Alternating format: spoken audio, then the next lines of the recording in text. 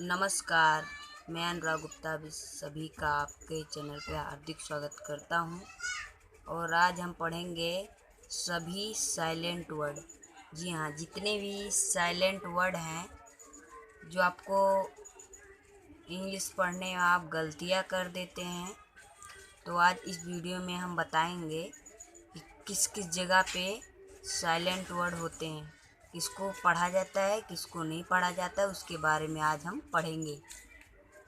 तो चलिए बिना टाइम वेस्ट किए, पहला है हमें वो जानकारी लेना चाहिए कि कौन कौन सा वर्ड साइलेंट हो जाए। जैसे बी साइलेंट होता है, पी साइलेंट होता है, एम साइलेंट होता है, एल साइलेंट होता है, के साइलेंट होता है, जी साइलेंट होता है, एस साइलेंट होता है, यू साइलेंट होता है, डब्ल्यू साइलेंट होता है, जी एस साइलेंट होता है, डी टी। ऐसे ही हमारा ऐसा सब जो अक्षर होता है ये हमारा साइलेंट होता है। ये कहीं ना कहीं पे आपको साइलेंट ही आता है कहीं कहीं। तो चलिए पहले हम शुरू करते हैं कि पहला क्या साइलेंट होता है। पहला है यम के बाद और टी से पहले बी साइलेंट होता है। जैसे यम के बाद बी आए तो बी साइलेंट होता है, और टी से पहले बी आए तो भी बी साइलेंट होता है। एग्जाम्पल के तौर पे देखिए, एग्जाम्पल कॉम, इसे कॉम पढ़ जाएगा। क्यों? क्योंकि कॉम इसे क्यों नहीं पढ़ते? क्योंकि ये बी जो है, ये बी, ये जो बी है, ये अभी बताया हो ना, ये बी साइलेंट होता है। तो इसे यही खाली तीन पढ़ेंगे तो इसको कॉम। कॉम मतलब बॉम, मतलब क्या होता है? बम, सॉरी, बॉम मतलब बम होता है। ऐसे ही और एक ज़्यादा एग्जाम्पल देख लीजिए ताकि समझ में आ जाए। इसमें भी बी साइलेंट होता है, क्योंकि यम के बाद बी आए तो बी क्या होता है? साइलेंट होता है। तो लैम, लेम मतलब क्या होता है? मेमना। लेम मतलब मेमना भी, हिंदी में उसका समझ जाइए। ये इसमें भी बी साइलेंट होता है। डम, डम मतलब गूंगा, जैसे गूंगा होता है। और एक और बात और ये देखना है कि जो यम के बाद बी साइलेंट होता है ये तो आपने देख लिया, और टी से पहले बी है उसको देखना है कि वो साइलेंट कैसे होता है। देखिए डी ई बी टी, तो इसे क्या पढ़ेंगे? डैट। क्योंकि ये बी है, जो ये बी है ये साइलेंट होता है, क्योंकि टी से पहले बी आए तो क्या होगा इसमें? देखिए यम के बाद बी साइलेंट होता है और टी से पहले बी साइलेंट। तो इधर इधर है टी से पहले बी आया तो बी साइलेंट, तो उससे क्या पढ़ेंगे? डैट। ऐसे ही ज़्यादा वर्ड में भी यही साइलेंट होता है। जैसे इसे क्या पढ़ते हैं? डाउटफुल। डाउटफुल मतलब शक होना, तो इसे बी साइलेंट है। समझ में आया? चलिए आगे बढ़ते हैं। पी, पी अब कहाँ साइलेंट है होता है इसके बारे में पढ़ेंगे। यन तथा यस, यन तथा यस से पहले, यन तथा यस से पहले पी साइलेंट रहता है।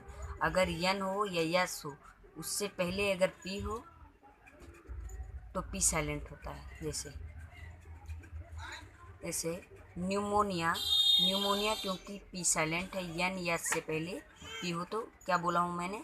पी साइलेंट होता है। तो यन से पहले क्या है? ये पी नहीं है, तो इसको पी नहीं पढ़ा जाएगा, या पढ़ा नहीं जाएगा, या तो आप बोल सकते हो साइलेंट। तो ऐसे ही आप कभी भी देखो यन से पहले पी तो उसको नहीं पढ़ा जाता है। न्यूमोनिया, इधर देखिए यस से पहले पी नहीं पढ़ा जाएगा। जैसे इसे पढ़ेंगे शाम, शाम मतलब भजन। और फिर इधर देखिए यस से पहले पी है तो यस पी नहीं पढ़ा जाएगा, तो साइकोलॉजी, साइकोलॉजी, साइकोलॉजी। ऐसे ही हमारा क्लियर है, समझ में आ रहा है सबको? चलिए ऐसे ही हम तीसरे स्टेप पे पहुंचते हैं। ये क्या है? यम के बाद यन, ऐसे भी आप बोल सकते हो यन के बाद आया यन साइलेंट होता है, या यम के बाद यन साइलेंट होता है। ऐसे ही देखिए इसे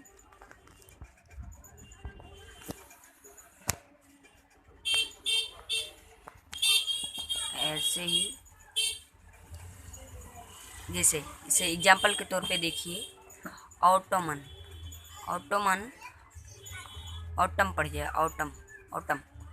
ऑटम में यम के बाद यन है तो हमें यन को नहीं पढ़ा जाएगा। अगर लास्ट में अगर यम के बाद यन हो तो यन नहीं पढ़ा जाएगा। जैसे ऑटम, हिम, जैसे देखिए यन नहीं पढ़ा जा रहा है, हिम। कॉलम, यन नहीं पढ़ा जाता है। ऐसे ही हमारा क्लियर होता है। आगे बढ़ते हैं। अब इसमें भी देखिए यल। अब यल देखिए कहाँ साइलेंट होता है। चौथे स्टेप पे देखिए यल कैसे साइलेंट होता है। यम, यफ, के और डी से पहले यल हो तो यल साइलेंट होता है।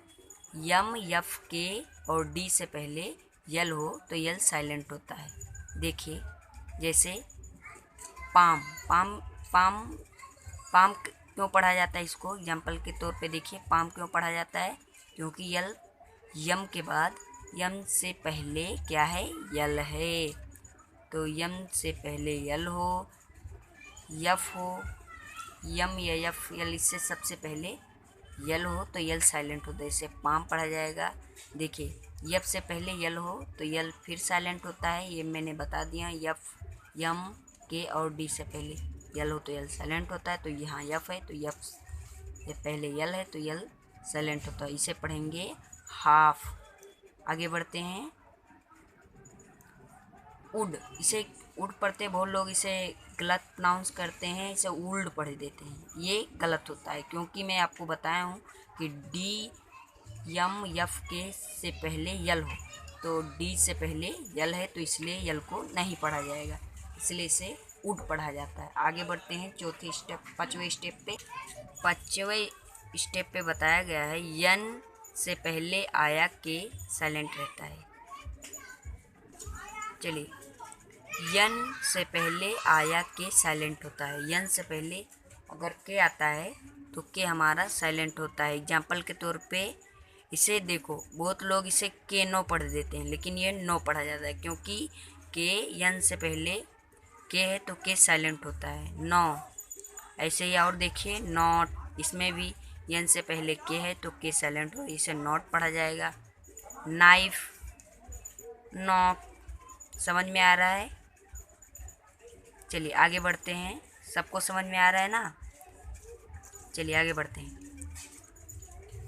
जी, जी कहाँ साइलेंट होता है? अब देखिए जी किस जगह पे साइलेंट होता है। यन से पहले जी साइलेंट होता है।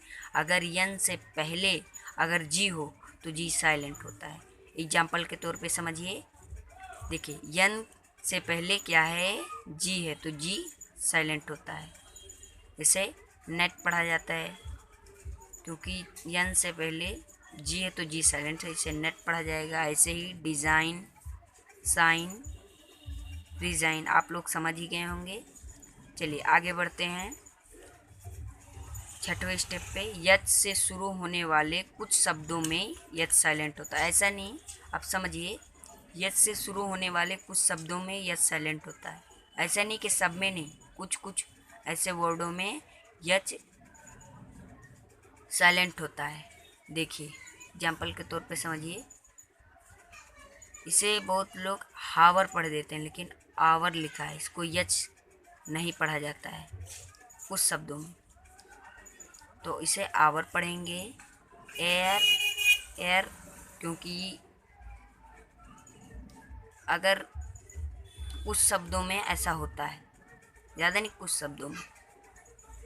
ऐसे ही एयर, ऑनर, समझ में आ रहा है? ऐसे ही हमारा ये भी कंप्लीट हो गया। 7वें स्टेप पे चलते हैं। जी एच या जीएसटी हो तो अगर क्या करते हैं, कैसे साइलेंट होता है पढ़ते हैं। अगर किसी शब्द के अंत में जी एच या जीएसटी हो तो जीएस साइलेंट होता है। अगर किसी शब्द के अंत में जी एच या जीएसटी हो तो जीएस साइलेंट होता है। एग्जाम्पल के तौर पे समझिए, जैसे जी एच, देखिए लास्ट में है ना जी एच, तो जी एच को नहीं पढ़ा जाएगा। अभी आपने समझा जी एच को नहीं पढ़ा जाएगा तो इसको क्या पढ़ेंगे? हाई, साई, चलिए आगे बढ़ते हैं।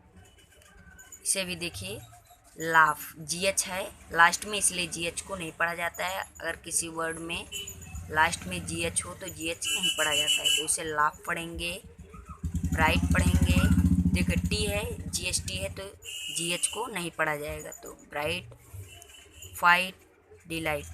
समझ में आ रहा है? चलिए आगे बढ़ते हैं। D, अब D किस शब्द में साइलेंट होता है उसके बारे में हम पढ़ेंगे। पसंद आने पे आप लोग लाइक कीजिएगा।